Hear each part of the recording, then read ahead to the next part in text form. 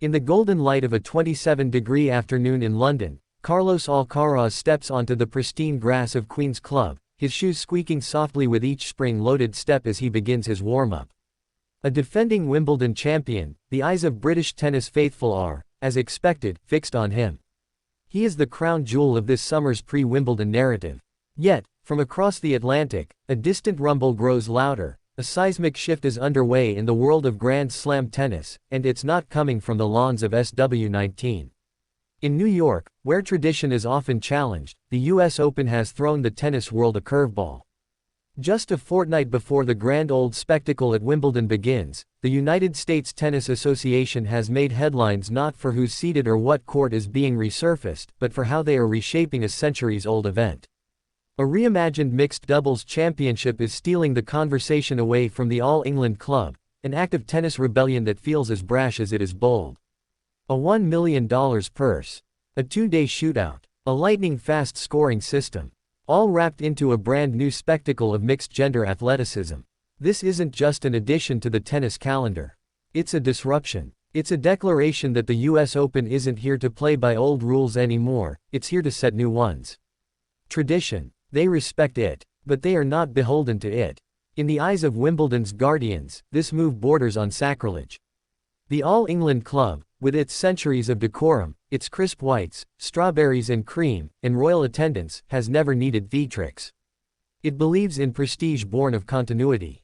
But in Queens, New York, where the air is electric with change and ambition, the goal is not to imitate Wimbledon, it's to outshine it. At the heart of the controversy is the casting of top singles stars into the doubles spotlight.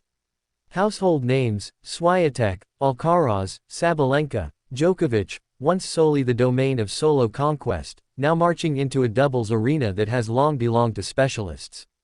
This is no mere experiment. This is a high-stakes, high-reward campaign. Carlos Alcaraz, for all his finesse and charisma, will not just chase his Wimbledon defense this summer. He'll dance across the hard courts of New York with Emma Raducanu by his side in mixed doubles, a pairing already generating buzz akin to that of a Hollywood red carpet reveal. The old guard watches cautiously. For seasoned doubles players, this American initiative hits differently. The mixed doubles event, once a niche corner of Grand Slam competition, served as a sanctuary and a lifeline for those outside the top 100 singles rankings. It provided not just glory, but financial security. To them, this reboot feels like gentrification, new money and big names moving in, forcing the locals to the margins. But others argue this was long overdue.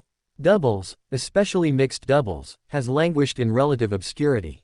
Often relegated to side courts and second-tier coverage, it's struggled to captivate mainstream audiences. The USTA's revamp injects not just cash, but clout.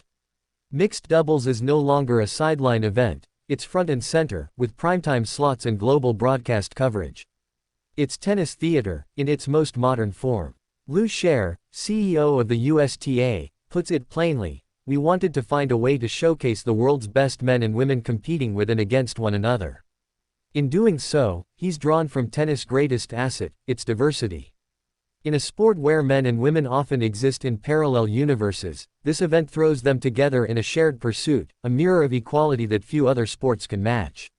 Yet, despite the buzz, one must ask, is this progress or pageantry?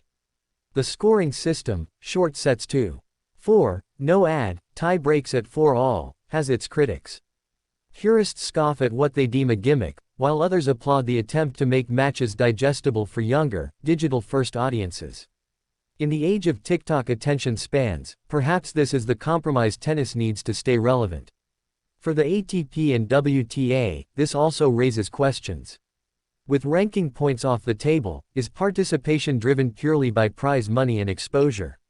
Or do players see an opportunity to shape the future of the sport from within? Interestingly, the event's schedule, ahead of the main US Open draw, has strategic brilliance. It frees up top players to compete without sacrificing their singles ambitions.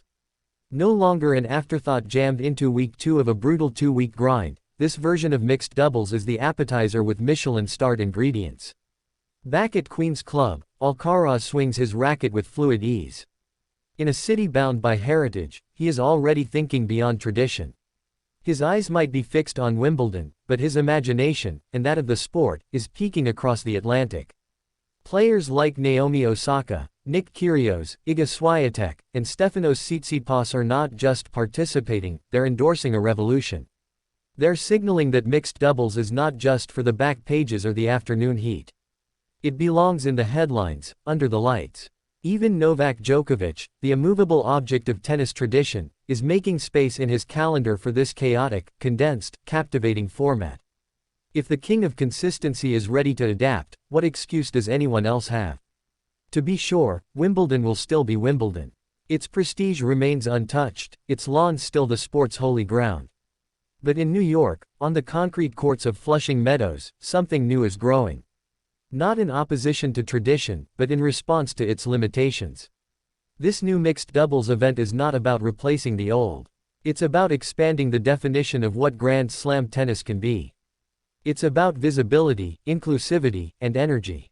It's about telling young fans that yes, women and men can compete together, that yes, doubles matters, that yes, there's more than one way to be a tennis legend. The sport of tennis is often accused of being stuck in time. But not this time. In 2025, tennis is getting its own mixed reality, part nostalgia, part innovation. The USTA has bet big, and in doing so, they've reminded everyone that evolution is not the enemy of excellence. So let Alcaraz serve under blue London skies. Let Wimbledon hold its breath for center court drama. But don't look away from New York, where tennis, as always, is ready to start a new chapter before the last one is even finished.